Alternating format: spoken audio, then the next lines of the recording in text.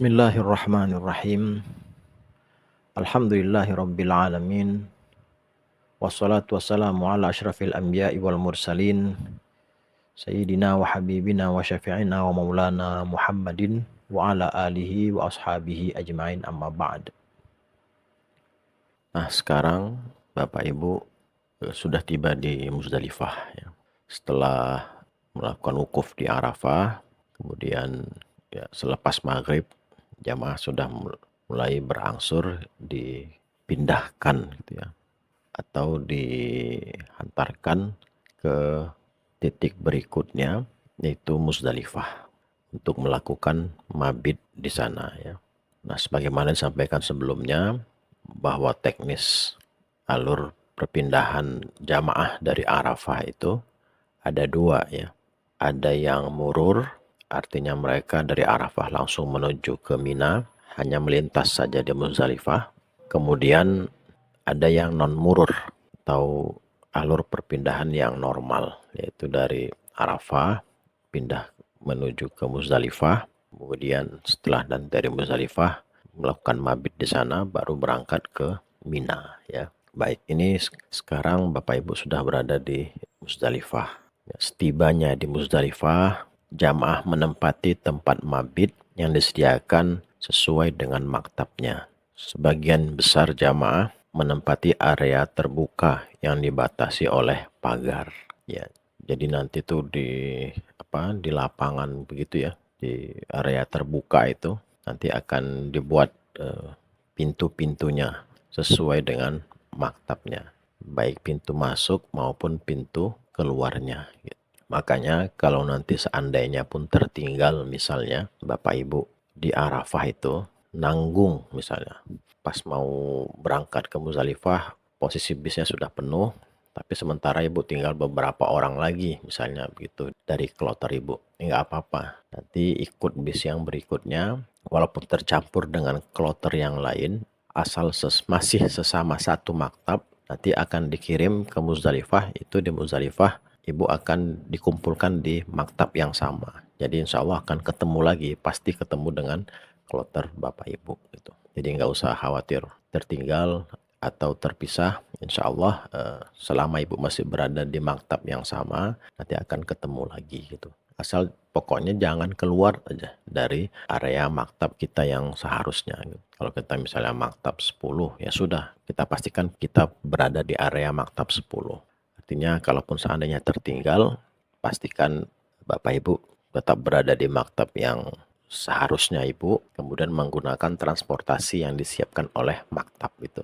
Untuk 2024 kemarin itu di area tempat kita mabit itu dihamparkan karpet ya, dihamparkan karpet sehingga Bapak Ibu bisa duduk di atas karpet itu sambil menunggu perpindahan berikutnya, yaitu dari Muzdalifah menuju ke Mina. Dan itu nanti perpindahan itu dilakukan setelah lewat tengah malam. Artinya setelah Bapak Ibu melakukan proses mabit ya, atau sudah mendapati atau sudah terpenuhi syarat mabitnya, maka barulah jamaah itu mulai digeser dari Muzdalifah menuju ke Mina ya, secara bertahap. Kemudian jika Bapak Ibu berangkat dari Arafahnya menuju ke Muzdalifah itu belum melaksanakan sholat maghrib dan isya ya, maka setibanya nanti di Muzdalifah langsung melaksanakan sholat maghrib dan isya di jama' qasar ta'khir ya, kalau bisa segera gitu.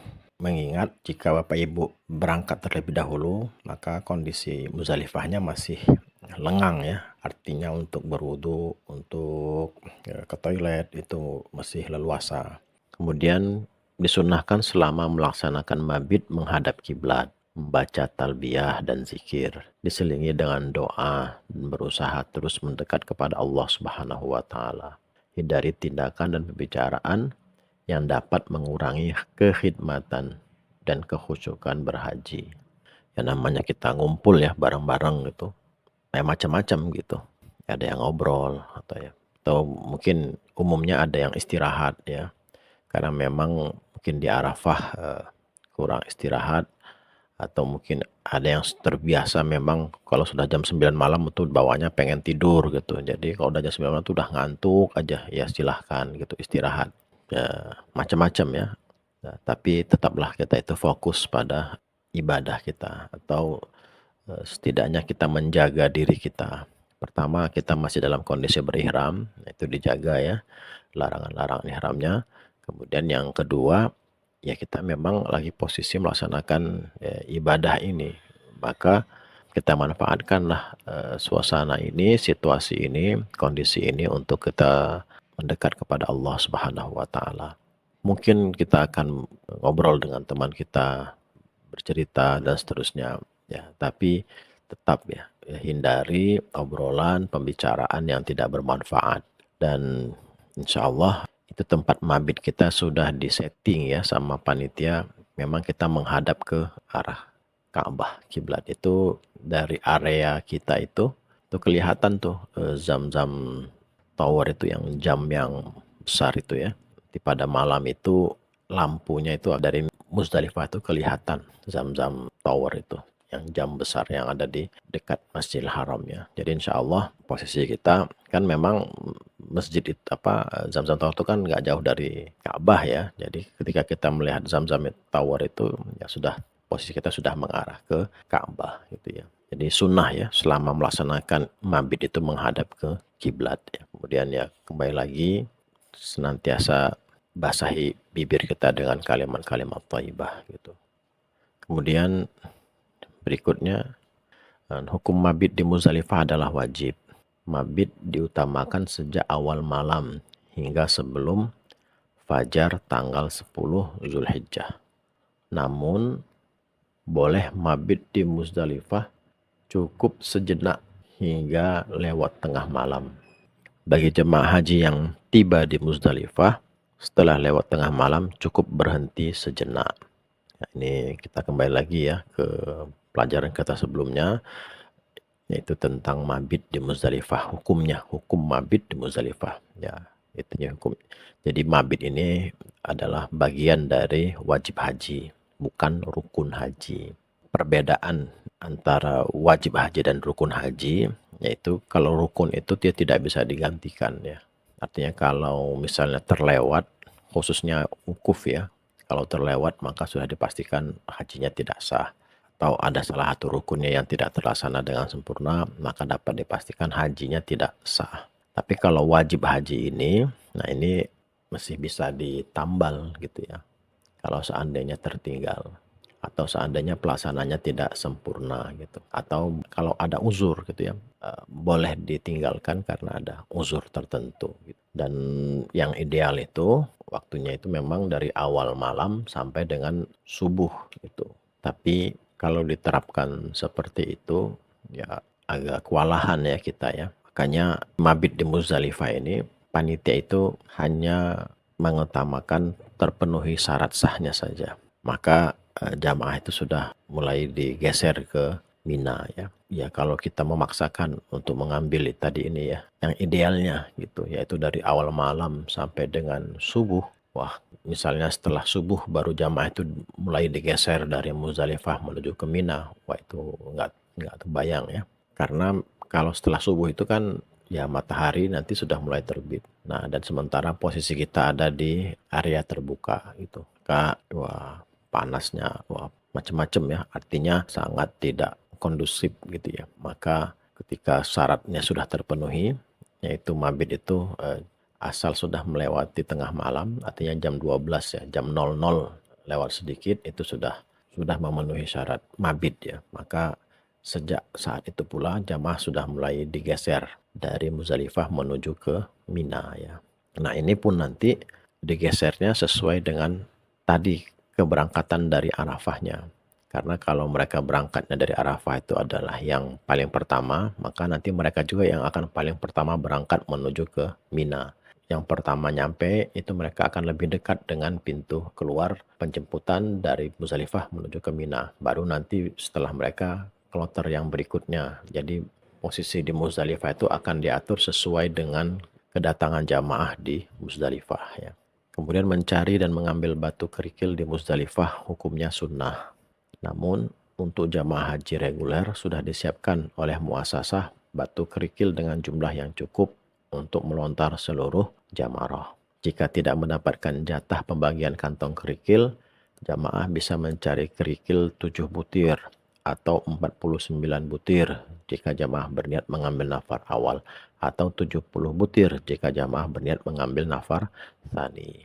Memang di Muzdalifah itu selain kita melakukan mabit, kemudian disunahkan juga di area Muzdalifah itulah kita mencari batu untuk melontar jamarat itu, untuk Romyul Jemar ya, melontar jamarat. Tapi untuk kita jemaah haji reguler, ketika kita tiba di Arafah itu sudah dibagikan ya batu untuk melontar itu dalam kantong-kantong gitu. Dan jumlahnya ya cukup ya, bahkan lebih dari cukup ya. Banyak sekali. Bahkan itu satu kantong itu bisa buat 2 orang itu. Tapi masing-masing dikasih satu ya, dikasih satu kantong gitu. Dan insya Allah semuanya dapat gitu. Karena ketika itu dibagikan, dia bersamaan dengan dibagikannya kopi, gula gitu ya, di dalam kemasan gitu. Maka insya Allah itu semuanya nanti dapat ya. Kecuali misalnya tercecer. Nah, boleh jadi tercecer. Jadi waktu berkemas-kemas itu dari Arafah ketika berangkat Muzdalifah tidak terbawa. Dia tertinggal di Arafah itu mungkin. Tapi ketika pembagian batu itu insya Allah semuanya dapat. Nah, kalaupun seandainya tidak dapat atau tadi tercecer, boleh dicari di area Muzdalifah itu. Cuman ya memang agak susah ya, kita agak nyarinya agak ke pinggir gitu. Karena apa? Karena memang sebagian besar itu area Muzdalifah itu sudah digelar karpet ya. Kan gimana kita mau nyari batu di atas karpet itu? Maka mau nggak mau kita harus ke pinggir, ke area yang tidak ada karpetnya. Kalau seandainya ya, kalau seandainya ingin mencari batu itu atau mau mengamalkan sunnah mencari batu di Muzdalifah, ya silahkan ya, boleh saja. Tapi pada prinsipnya para jemaah haji reguler itu sudah disiapkan batu satu kantong gitu ya untuk melontar jumrah itu. Dan itu jumlahnya cukup ya, bahkan lebih dari cukup, banyak sekali itu. Dan kalaupun seandainya mau mencari tadi di Muzdalifah, ya pertama 7 butir untuk melontar jumrah Aqabah paginya ya. Selepas kita dari Muzdalifah kita ke Mina itu kan nanti hari tanggal 10 itu kita akan melontar jumrah Aqabah 7 butir batu. Ya, biasa sih kita pakai cadangan lah 2 atau 3 gitu ya. Jadi 10 khawatir ketika mau melontar jatuh gitu ya. Tapi kalau kita punya cadangan maka tidak menyulitkan kita gitu. 7, kemudian untuk hari berikutnya siapkan juga tanggal 11 Zulhijjah itu kita akan melontar 3 jumrah itu. Masing-masing jumrah itu 7. Jadi 7 kali 3 21. Perlu 21 batu untuk tanggal 11. Itu pun kalau bisa dilebihkan ya. Khawatir tadi terjatuh, terlepas, dan seterusnya. Kemudian tanggal 12 Zulhijjahnya untuk yang nafar awal kembali melontar sebanyak 3 jumrah, masing-masing 7 yaitu 21 batu. Jadi 21, 21, 42 plus untuk yang tanggal 10-nya 7 lontaran, maka totalnya 49 bagi yang nafar awal. Kalau yang nafar tsani dia tinggal ditambah 21 batu lagi untuk tanggal 13 Zulhijjahnya. Tapi insya Allah untuk batu melontar ini insya Allah tidak ada kendala ya. Karena memang oleh panitia sudah disiapkan ya, bahkan disiapkan kantongnya gitu ya. Jamaah yang masuk kategori uzur syar'i boleh tidak melakukan mabit di Muzdalifah dan tidak dikenakan dam. Di antaranya jamaah yang khawatir hartanya hilang, sakit berat, dan karena itu sulit baginya untuk mabit, atau petugas yang mengurus jamaah, atau karena ada kendala lainnya. Nah, ini yang menjadi dasar ya dilakukannya skema murur itu. Jadi jamaah dengan pertimbangan-pertimbangan ini, maka panitia membuat skema murur ya tadi untuk apa? Untuk memudahkan jamaah atau memfasilitasi jamaah yang mempunyai uzur ini. Karena untuk menghindari hal-hal yang justru akan berakibat ya tidak baik dan mudarat kepada jamaah. Maka atas pertimbangan itu dibuatlah skema murur, dan itu berdasarkan ini ya, boleh ya, tidak mengapa ya tidak melakukan mabit di Muzdalifah, dan tidak ada denda apa-apa ya, tidak dikenakan dam gitu ya. Karena apa tadi? Karena ada uzur itu ya. Kalau tidak ada uzur sengaja-ngaja ya sudah dapat dipastikan orang tersebut akan kenakan dam. Yang berikutnya, jamaah akan menuju Mina setelah lewat tengah malam dengan diangkut secara bergiliran dari tempat mabit. Ini sudah disampaikan juga tadi ya, artinya nanti setelah jam 00 lewat sedikit, itu jamaah mulai bergerak ya, digeser dari Muzdalifah menuju ke Mina ya. Jadi yang mereka tadi di awal tiba, mereka yang akan berangkat terlebih dahulu karena memang posisi mereka yang lebih dekat ke pintu keluar ke halte pengangkutan itu. Baru nanti disusul kloter berikutnya. Nah, ini pengalaman saya ya yang sepertinya dari dulu itu tidak berubah ya sampai sekarang ini. Alhamdulillah kan saya haji tahun 2000 ya. Kemudian tahun 2003, 2004 itu saya haji yang langsung berbaur ya bersama dengan jamaah. Kalau 2001 saya berangkat haji tapi saya sebagai petugas pada saat itu. Ya, tidak berubah tata kelolanya, tata laksananya gitu ya. Tetap saja ketika jamaah itu akan keluar, akan diberangkatkan dari Muzdalifah menuju ke Mina itu ya seperti itu saja gitu. Artinya rebutan itu berdesak-desakan itu sepertinya apa susah untuk dihilangkan gitu. Karena kan berdesakan ini, rebutan ini ya dampaknya nggak baik bagi jamaah gitu. Bahkan tahun sebelumnya yang haji 2023 itu kan sampai ada jamaah yang belum diangkut ya sampai jam 8 pagi itu. Bahkan sampai jam berapa itu. Jadi kita lihat beritanya. Itu akibat itu tata kelolanya, tata laksananya nggak tahu ya apa kendalanya gitu. Cuman kalau pengamatan saya ya di lapangan itu pertama itu memang kurangnya kesadaran petugas kloter. Ya, sepertinya masih ada pandangan bahwa ini tugasnya petugas non-kloter atau petugas dari Kementerian Agama Pusat. Sementara kami petugas kloter jadi fokusnya hanya mengurusi jamaah yang ada di dalam kloter gitu. Padahal kan tidak demikian seharusnya gitu. Ketika petugas non-kloter itu tidak ada atau tidak hadir, tidak kelihatan, maka mereka yang harus tampil gitu, mengambil peran, khususnya untuk mengatur kelancaran proses ibadah haji ini. Tanpa membeda-bedakan, oh ini bukan bagian saya, fokus saya adalah mengurusi jamaah di kloter, adapun yang di luar itu petugas non-kloter gitu.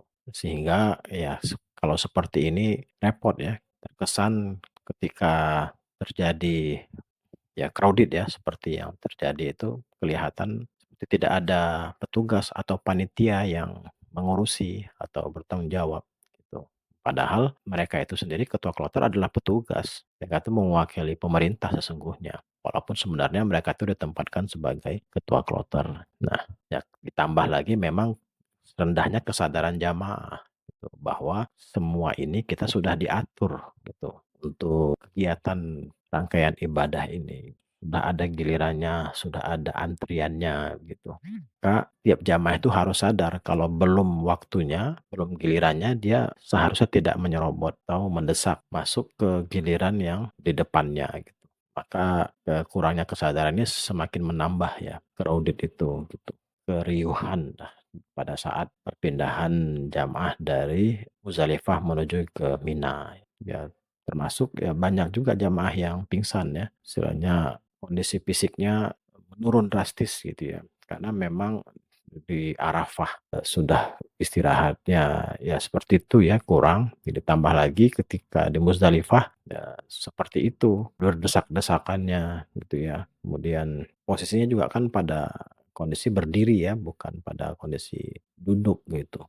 Kemudian bis yang menjemput memang perputarannya tidak terlalu lancar ya. Artinya kan dia shuttle ya, dia jemput, dia antar, kemudian dia balik lagi. Ini sehingga mengakibatkan orang yang berdiri di depan pintu keluar itu juga ramai ya. Kan pintunya juga kecil ya, kecil sekali. Dan ditambah lagi mereka yang belum sampai gilirnya mendesak untuk masuk. Ya, padahal kalau seandainya itu diatur rapi, wah itu nyaman sekali ya, nyaman sekali. Oke, itu yang pertama. Ya, yang kedua, menurut pandangan saya, memang yang bertugas itu ya mereka orang sipil ya, biasa atau mungkin sehari-harinya itu di bagian administrasi. ya orang-orang yang di lapangan ini, bukan orang yang terlatih atau terbiasa untuk bagaimana mengelola massa, mengelola jamaah yang demikian banyak gitu ya, mengaturnya biar rapih, biar itu mereka yang terlibat atau panitia yang terlibat ya dalam situasi ini, menurut pandangan saya bukan orang yang terbiasa atau memiliki latar belakang mengurus ya atau menghadapi mengelola masa yang demikian banyak itu. Sehingga ya bingung juga ya cara menghadapinya begitu. Dan minimnya alat pengeras suara gitu untuk mengendalikan jamaah itu. Maka saya kemarin ngobrol punya pemikiran ini khusus untuk tanggal 9, tanggal 10 Zulhijjah ini di mana kita memang pergerakan massal. Ya perlu memang orang-orang yang sudah terbiasa untuk mengelola ini, biasa untuk mengatur pengalihan pergerakan, perpindahan jamaah yang demikian banyak itu. Sehingga mereka paham gitu, di mana titik-titik krusial, di mana yang harus ada penekanan dan seterusnya gitu. Karena memang sudah backgroundnya, sudah kerjaannya. Ya paling kita kalau menurut kita kan idealnya itu sebelum tanggal 9, 10 itu ada semacam gladiresik-nya gitu. Kemudian siapa yang bertugas atau bertanggung jawab penuh pada area-area tersebut gitu. Kemudian pada hari H itu ya tanggal 8 Zulhijjah ya, itu sudah mulai jamaah bergerak dari hotel di Mekah menuju ke Arafah. Itu petugas sudah standby di posnya gitu. Yang mereka memang pertama yang bertugas di Arafah gitu. Kan petugas itu juga dibagi-bagi ya. Ada yang bertanggung jawab, mereka itu di Arafah, ada yang bertanggung jawab di Muzdalifah, ada yang bertanggung jawab di Mina gitu. Artinya mereka yang sudah diberikan tanggung jawab ini ketika atau sebelum ya, jamaah itu bergerak, mereka sudah berada di posnya itu. Kemudian tersebar ya di posnya itu. Seperti kita saksikan kan, di samping mungkin mereka juga tidak punya pengenal khusus ya, karena kan semuanya mengenakan pakaian ihram ya. Tapi kita tidak mendapati misalnya di komplek tenda di Arafah itu kita tidak menemui petugas non kloter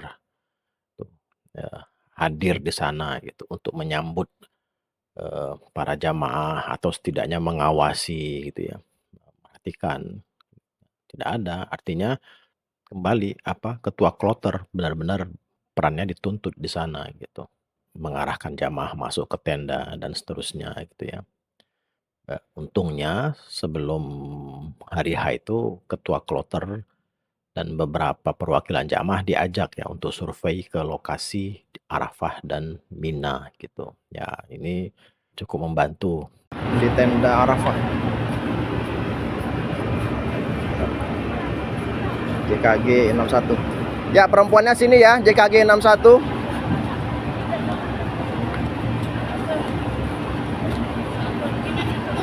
Nah begitu juga nanti di Muzdalifah. Sebelum jamaah itu bergerak menuju ke Muzdalifah, mereka yang bertugas di Muzdalifah harus sudah berada di Muzdalifah gitu. Mereka datang menyambut, mengarahkan, mengatur sampai nanti menjelang jamaah itu akan digeser menuju ke Muzdalifah, mereka juga sudah siap itu mengaturnya. Ini tidak saya lihat gitu ya.